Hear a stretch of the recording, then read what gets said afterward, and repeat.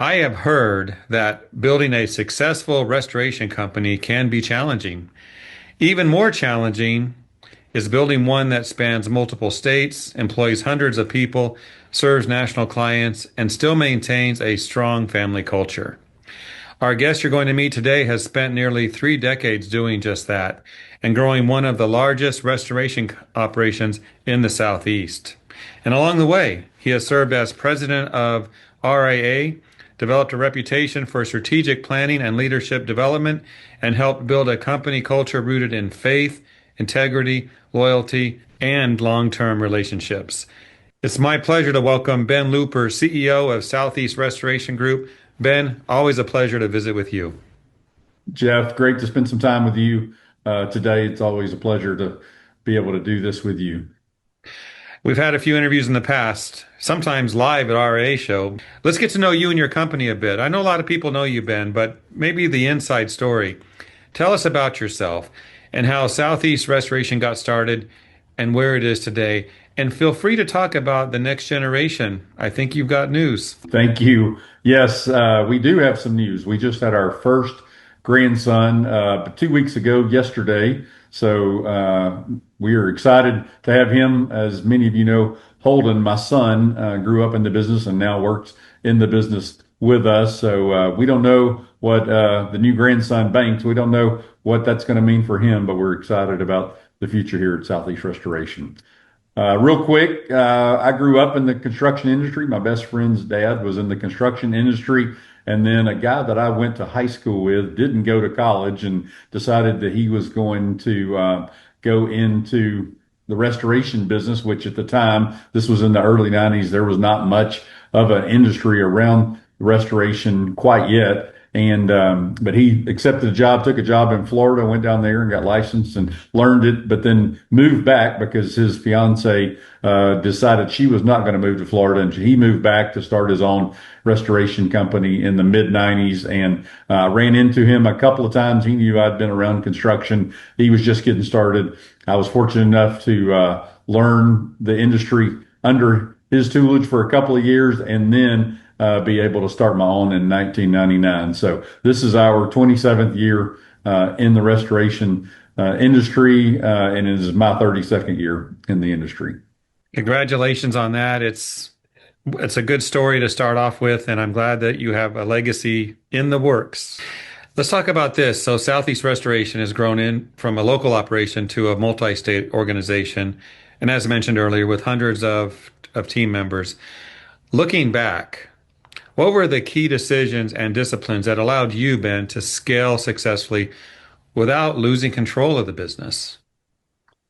Yeah, we have been very fortunate. I am wired and, looked upon as a visionary, been able to see around the corner. It was always the vision not to be in just one market, but to be able to serve multiple communities in our market and be able to travel to and from those within a day's period of time. We are not in the disaster recovery business. We have a different business model, and we want to be able to serve our communities, but we want to be able to do it, especially when they have catastrophe situations with our own teams. And so when something happens in one of our markets, we have multiple team members and trade partners respond to help in those markets, but we don't travel across the country to do disaster recovery. So some of the things that, decisions that were made early on, and we've continued to keep, front and center as our family focused business. We're a growth oriented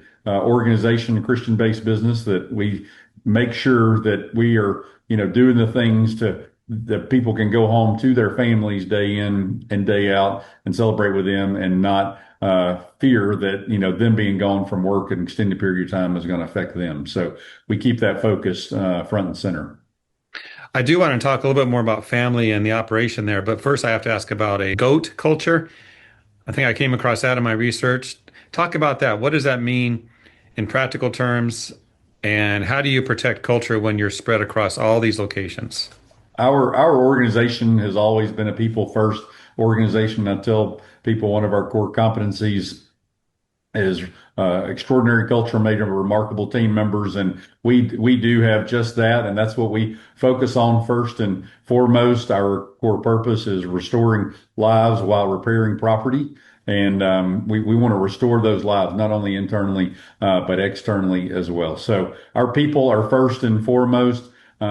We were creating culture before we knew we were creating culture, and then it was other people that told me what an outstanding culture we had, the things that we were doing day in and day out for our people that made our culture. And, it came to me one day. I was hearing something about Michael Jordan or Tom Brady or somebody being the GOAT. And, everybody told us what a great culture we had from the outside looking in. And so, I decided if they were the GOATs of their sports teams and in their professions, maybe we had the GOAT culture. And so we've just built a mantra around that. We've just created a culture guide that helps our team understand what that is.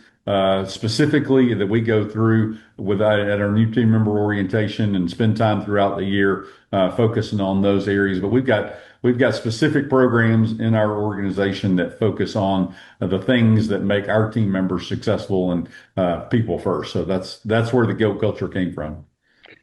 And I assume it's what we all know from sports, greatest of all time. That's That's your right. Great. company. GOAT being greatest of all time. That is exactly right. Great. I love it. Let's go back to family a little bit. So Southeast Restoration is a family business. Now, besides yourself and your grandson, who's going to eventually be CEO, taking your spot, talk about your family involved in the operation. What have you learned about balancing that family component, leadership, succession planning, and business growth over the years? I've been very blessed. So when I think of family, it's not only my internal family, but it's also my external family because we believe in my partners, my team members here at Southeast. We're together as much or more than we're with our own family sometimes. So that we consider each other families and we're there for each other just like we would be. But my wife, after my youngest daughter graduated high school and went on to college, she is helping me from an administrative standpoint part time. Now she's a grandmother and trying to figure that piece of it out as well with the timing. So we'll see how that goes. My son, like I said, started in the industry and started in the business when he was only 13. I put him on the mitigation truck for the summers and he loved it and never came off of it and just got an incredible work ethic. My oldest daughter worked in the business with us for a little while and decided it was not for her. She wanted to go in a different direction. So she's successful and with an organization up in Nashville now. And then my youngest daughter is in college and doesn't have any interest. She's going in a different direction. That's fine too. I've told them all from early on, I want to support them in whatever direction they want to go. It just happened my son wanted to be in the industry and loved what we do and who we do it for there. And then again, our external team members, we consider family and want to make sure we're supporting them and their families as well, because when their families aren't happy, it makes it tough on everybody all the way around. So we want to make sure we're supporting them as well. I don't know, Ben. If I live near you, I might apply for a job. It sounds like a nice operation. I'd So love to have you. now we're not going to talk about politics, but I do want Okay. to talk about faith because faith appears to be a significant part of both your personal life and your company's identity. Talk about that. How has your faith influenced the way you hire, the way you lead, make decisions, and build relationships with employees and clients and customers? Well, thank you for asking the question. It gets overlooked a lot. We are for focused on our faith here at Southeast Restoration. Have been from the beginning. I was fortunate enough to study Truett Cathy, who was the founder of Chick-fil-A. He's from here in Atlanta and spent a lot of time with that organization and focusing on that. Faith was a foremost strategy in their organization and making sure that they made the decisions. And it has been for us since the beginning. I grew up in the church and was there on, Wednesday night, Sunday morning, Sunday nights, and anytime we could be. I credit my parents for that, foundation being there, and we've done the same here at Southeast Restoration. We're blessed. We understand that everybody doesn't have that opportunity as forthright as we do. We don't push it on anybody, but we do pray before meetings. We pray before meals. We have open prayer requests that we can send out. We've also got a Southeast Cares program internally for our team members and able to support them. We do give each of our team members 5 mission days to go out and serve on top of whatever their PTO is. So if they'll commit the days to go out and serve for others, we give them additional 5 days to do so. I wish I could report that 100% of our team members are able to do that every year, but it doesn't happen every year. But we've got some remarkable stories that have come back from that. We've got team members, that have circled back around, and from that, we've been able to recruit, from that piece of it. So we are honored to be able to put and unapologetic about our faith here at Southeast Restoration. Fantastic. You mentioned Chick-fil-A, and in my travels, I know they're closed on Sundays for a reason, their faith, and they live that. When I go through an airport, Ben, I sometimes see a Chick-fil-A and I think, I wonder if they're open on Sundays in the airport, and they're not. So Yeah. that's, yeah, If, living your faith. if you're like me, that's when you crave it the most. Sundays is probably the day that I could use a chicken sandwich or a peach milkshake. I love Chick-fil-A. I watched that food that built America built. No, the Yeah. food that built America. That's it.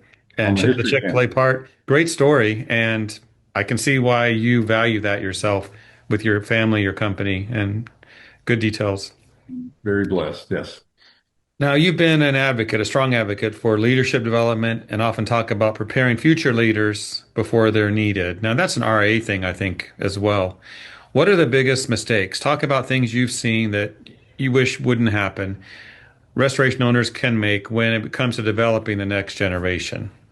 I think the biggest mistake restoration owners can make is providing their team members the opportunity for development in whatever training aspect and whatever role they may be in, and putting the time and the money, investing that into them. It's always unfortunate when you hear about somebody who didn't get the investment that potentially they needed, and in that role, and they were thrown into the fire, and are out doing the work and doing a good job doing the work, but nobody's looking out for their next steps, what they're doing, and training them to be the best that they can be in whatever role. So it's the investment of time and resources into those team members that I think will make the separate the restoration companies that are successful from some of those that may struggle, being able to develop those team members, especially with the up and coming generations that are here, and the amount of job changes and turnover that we see in the younger generations. I just believe that being able to provide a roadmap of success and the education and the training, knowing that they're getting invested in, gives the company as well as the team member the opportunity to succeed. Ben, I appreciate the thoughts. Great interview. Last question. Now, you started in business 18 years old. Yes. Now, if you could go back in time and talk to yourself back then with what you know now, what would Ben tell Ben Jr.? That is a great question. I think about it often, and I think we could move the industry and as well as our organization faster if people would take the time. We're in a society where we're faced with instant gratification everywhere we turn, and expectations of getting things done. I think if people would take more time on the front end and prepare and plan well, roadmap, so forth, then I believe you can get faster where you need to go. The quote from Abraham Lincoln, give me 6 hours to chop down a tree and I'll spend the first four sharpening my axe. I like to live off of that philosophy. Are you doing the work you need on the front end to save you time on the back end? I believe we could have gotten to where we are quicker if I would have known that earlier on. And I wish sometimes when I see younger or newer companies, coming into play, they want to get in the arena as quick as they can get in the arena and fight all the lions and tigers that they can. And if they just spent some time on the front end getting prepared for what they're getting into, I think we could move the industry as well as each of our organizations along faster.